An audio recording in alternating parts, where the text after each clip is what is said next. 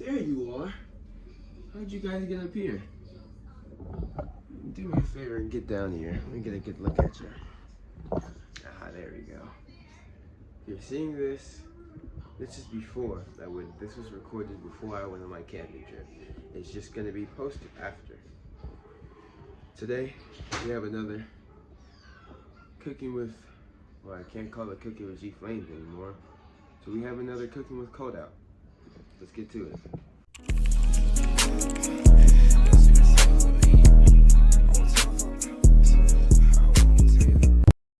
Now today, we are not just making regular waffles. Our waffles are going to be special. They are going to be peanut butter chocolate waffles. You probably never heard of that, and that's okay. That's why I'm making them, to show you. I'm going to go ahead and get our stuff, like I said in the last clip. I'm going to get our stuff, get our bowls. We're going to get to it. All right, we are going to start this off with our waffles. For your waffles, you need waffle mix, chocolate chip cookies, chocolate chips, peanut butter, syrup, trust me on this, just trust me, cinnamon, and vanilla. Now ours is Mexican vanilla. You can use regular vanilla. So we're gonna get these ingredients into a pot, a pan, and I'll meet you there. All right, so to start this thing off, you need a 1/3 cup. Well, first of all, you have to follow the instructions on the back of your thing. Mine said I need a 1/3 cup, so I'm gonna use a 1/3 cup of my waffle mix. You add that to the bowl, obviously. All right, the next thing you're going to need on top of that, mine says I need a 1/4 cup of milk. You probably don't need that. You probably need a little less or a little more. Don't follow my instructions. Follow the instructions on the back of your box, please. All right. Then you're gonna add your 1/4 cup of milk. That's a lot of milk. I feel like that's a little bit too much milk.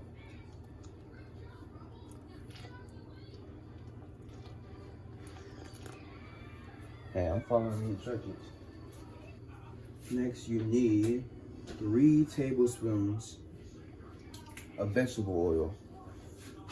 Difference is, I don't have vegetable oil, but I have coconut oil. They work the exact same. Don't be afraid to use what you have. But please don't be dumb and use sesame seed oil. I promise you, you would taste it and smell it for forever. All right, and then you go in with 3 tablespoons of your oil.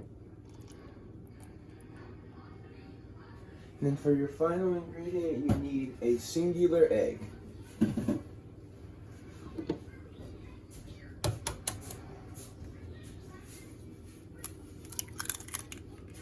All right, we are going to mix this together and then add the rest of our special ingredients. All right, for your next step after your batter is mixed, you're going to need a single tablespoon of syrup. After you add in your single tablespoon of syrup, your next objective is going to take your peanut butter, put in 2 tablespoons, melt it down so it's more liquidy, and then pour it in. You do not want to put solid peanut butter in here. Melt it down so it's more liquidy, and then you put it in. All right, so we had some technical difficulties because my peanut butter was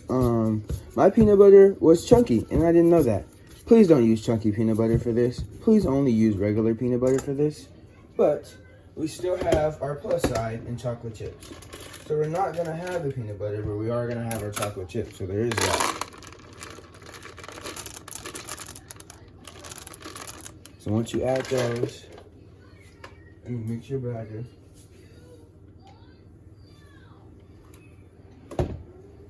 Once you add those, you mix them in 2.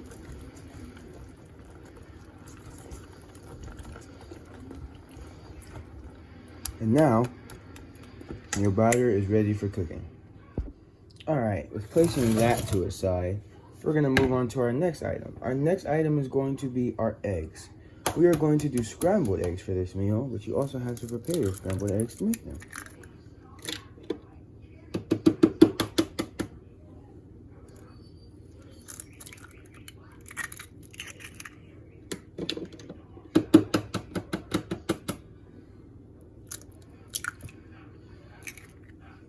Now I use 3 eggs. You don't have to, but after using my 3 eggs,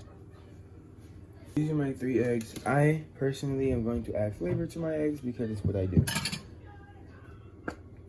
You can add a little bit of cinnamon, not a lot.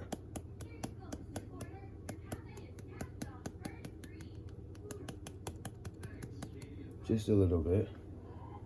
A little bit more. Oh, that was a lot. That was a lot. Don't add that much, please. All right. While finishing up my eggs, my waffle iron decided it was ready. So we're going to go ahead and spray this with our non-stick to make sure that it doesn't stick. And then we can go ahead and throw in our first waffle. Now, since I am also feeding tiny people, I'm going to start off with well, actually, we'll just start off with a full-size waffle. We don't really need a tiny one, even though we're feeding tiny people. You just cut hers in half and then cut it up. You're gonna go ahead and add your mixture. Make sure that you do not overfill it.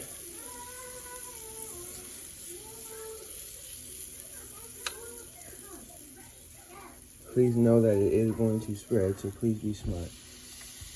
All right, and while that cooks, while you're waiting on your first one to get done, I would advise being ready to start your eggs, but do not start your eggs while you are also cooking these. If it's not a good idea, you're gonna overwhelm yourself and you're not gonna like it. So, you know, kind of time manage perfectly to make sure that your eggs and these are done around the same time, but don't overload yourself cooking both of them at once. All right, with our first waffle being done, now it's time for it to come out.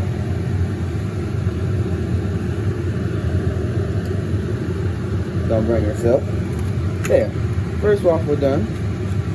I think it came out pretty good. Now we're going to go ahead and start our second. We're going to go ahead and set our second in.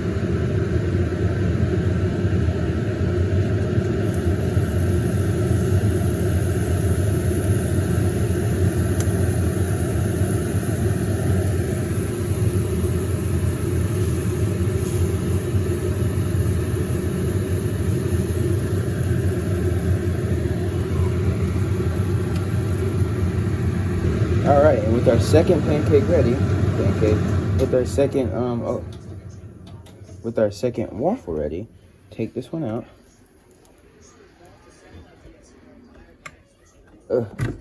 Now we can go ahead and put our next one in. I think these are coming out pretty good. Go ahead and put our next one in.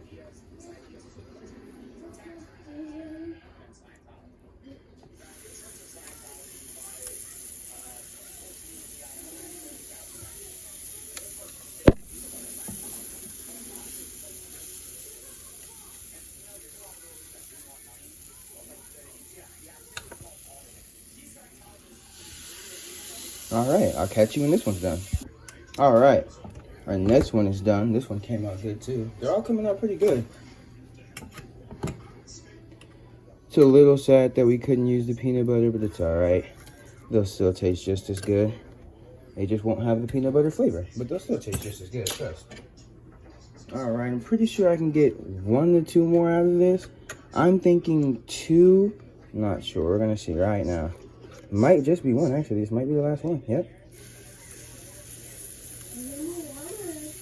It's the last one. All right, with that being our last pancake, I think I can squeeze out 1 more tiny one. So we'll probably try. Just because. Spread this one around, and then we close it. See you guys in the next one. All right, and here goes our last one right here. Oh yeah. Our last pancake, I keep saying pancake, they're waffles. Our last waffle, and then since we are done with waffles, we're going to go ahead and move on to our eggs. If I can get the waffle out, that would be helpful. There we go. There we go. Well, if it was, okay, there we go. Now, we're going to move on to our eggs. Now, I'm not gonna record this part on the eggs because eggs are more difficult to make. So I'm gonna do this and then come back to you guys. Alright, our eggs are done cooking. We're going to move them to a plate, and I'm going to show you the final presentation of everything whenever I get everything plated. This is our presentation after finishing. I know it's not the prettiest, but it's okay. The taste is what matters. I guarantee you it's delicious. Made this recipe 1,000 times over. So, with that being said, we're going to end this episode of Cooking with Cold Out off. I'll catch you guys in the next one. Peace. When you come over here, not over there. I want you here, I don't want you there. Ooh, I should get lonely.